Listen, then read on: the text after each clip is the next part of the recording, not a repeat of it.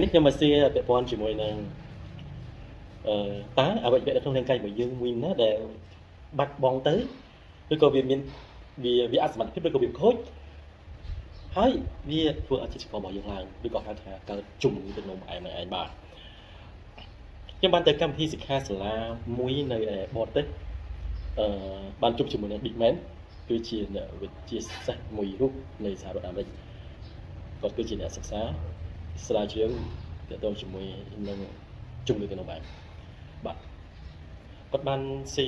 ថាគឺគេបានយកឬក៏អ្នកវិទ្យាសាស្ត្រគាត់បានសិក្សាស្រាវជ្រាវទៅលើសត្វសុខនគឺយកសត្វសុខនយកមកវះកាត់លំពែងរបស់សត្វសុខនចេញហើយឲ្យវាស៊ីចំណីអាហារធម្មតាក្រោយមកគេក៏ជុំឈាមសត្វសុខនយកឈាមសត្វសុខននេះយកទៅពិនិត្យមើលឃើញថាចិត្តស្គាល់វាឡើងហើយឡើងខ្ពស់តែម្ដងបាទអញ្ចឹងបានន័យថារាងកាយមនុស្សយើងក៏វាអត់ខុសពីសត្វទាំងដែរនៅពេលដែលរាងកាយមនុស្សយើងបាត់បង់លំពែងឬក៏ខូចលំពែងគឺធ្វើឲ្យសារចិត្តស្គាល់នៅក្នុងរាងកាយរបស់យើងចាប់ផ្ដើមឡើងខ្ពស់តែម្ដងបាទនេះគឺជាការសិក្សាស្រាវជ្រាវរបស់អ្នកវិទ្យាសាស្ត្រហើយគឺជាលទ្ធផលដែលយើងបានទទួលចំណេះដឹងពីកម្មវិធីសិក្ខាសាលាមួយនេះអញ្ចឹងការកើនឡើងនៃសារចិត្តស្គាល់នៅក្នុងរាងកាយរបស់មនុស្សយើងគឺបណ្ដាលមកពីអវយវៈឬក៏ហៅថាលំពែងដែលលំពែងរបស់យើងអសមត្ថភាព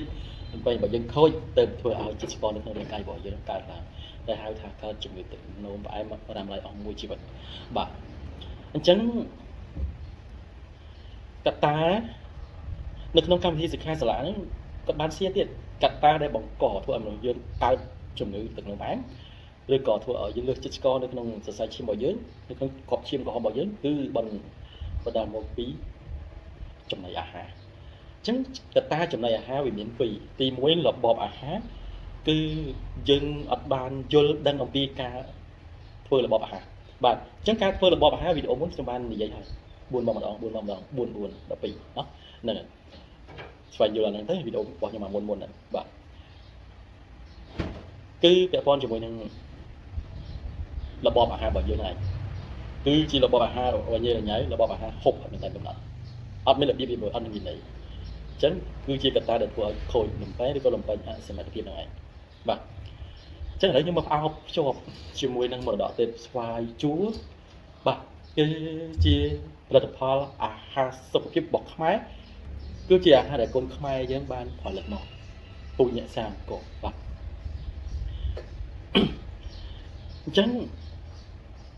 មរតកទេពស្វាយជួរបានផលិតផលមួយមានឈ្មោះថាដាក់លំពែងវាគឺជាអាហារមួយប្រភេទដែលវាទៅសោចស្រង់វាទៅធ្វើឲ្យលំពែងរបស់យើងនេះមានសមត្ថភាពឲ្យលំពែងរបស់យើងនេះមានសមត្ថភាពអាចធ្វើការត្រឡប់មកវិញបានធម្មតាបាទនេះគឺជាអ្វីដែលខ្មែរយើងផលិតបានហើយនឹងធ្វើបានបាទនៅក្នុងគុណប្រយោជន៍និងអត្ថប្រយោជន៍ពុកម៉ែបងប្អូនសួរថាតើវាធ្វើបានពិតអត់